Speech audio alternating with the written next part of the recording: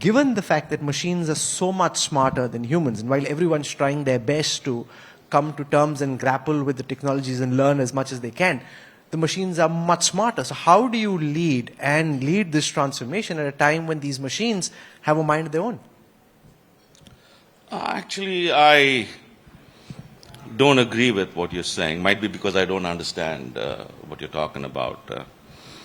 Machines are smart.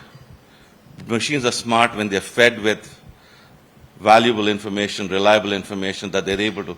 Machines do things better once something has been well understood, as of today. We're still not in a world where machines can figure out things on their own. They need an objective function, they need content, but they can process that faster, they can analyze faster. But if it's garbage in, it's going to be garbage out.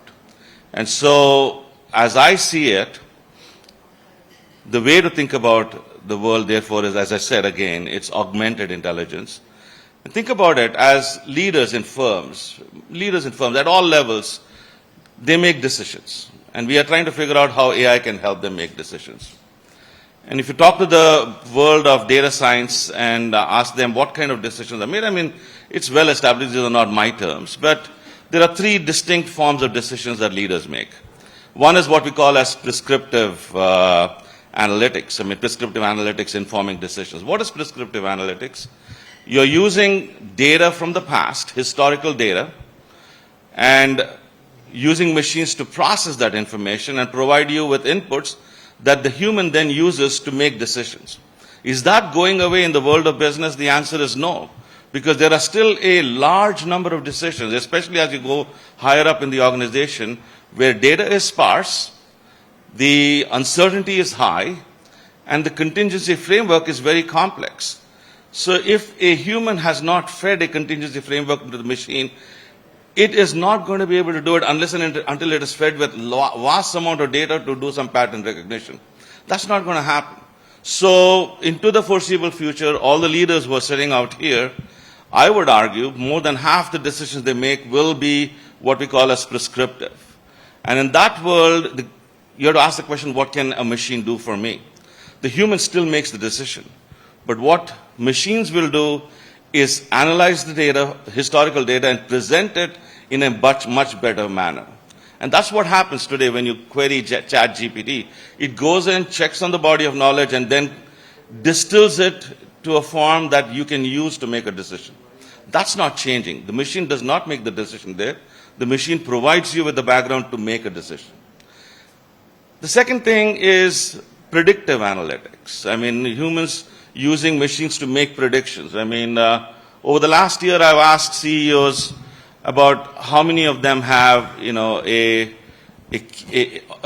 metric called customer churn on their dashboard, and virtually every CEO has that. Customer churn is the number of customers you lost in the last year. Is it a good thing to have? Absolutely yes, because it gives you a high-level feel for the health of the business. But what do you do with customer churn? It's after the fact. The customer is already churned. What might be better is having a metric which is customers at risk. If you have customers at risk, the leader can then actually take some action to prevent attrition. Now, machines can do that very well. Machines can provide, in this case, the prediction, and managers make decisions. Managers still need to make the decisions. So in predictive analytics, the augmentation is machines provide a look into the future in terms of predicting. Predictions are never good. And in the world of business, accuracy is not what you want in an AI model, because missed opportunities can be very, very expensive to lose. So what you don't want is accuracy. What you want is economically optimal outputs provided by the AI system. And then managers make decisions. And my challenge to every leader in this room and outside is, in the coming year, make it a point to have at least 20% of your decisions using machines to predict first before you make any decisions. That's the way you adapt to the new world. And there again, machines are not making the decisions, machines are predicting. And then, of course, you have the third part, which is prescriptive analytics. Descriptive. No, prescriptive analytics. So descriptive is the first one, sorry. If I did say prescriptive. You missed out descriptive. Yeah, so it's descriptive analytics is the first one, predictive is the second one, And the third one is prescriptive analytics.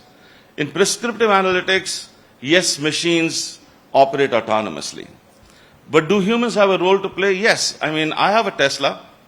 I sit in the car every day. Once I tell it where to go, it does a fantastic job and takes me to wherever I want to go. But it still waits for an instruction from me. And so humans do have to provide the objective function. Humans do have to provide the role, and then the machines take over.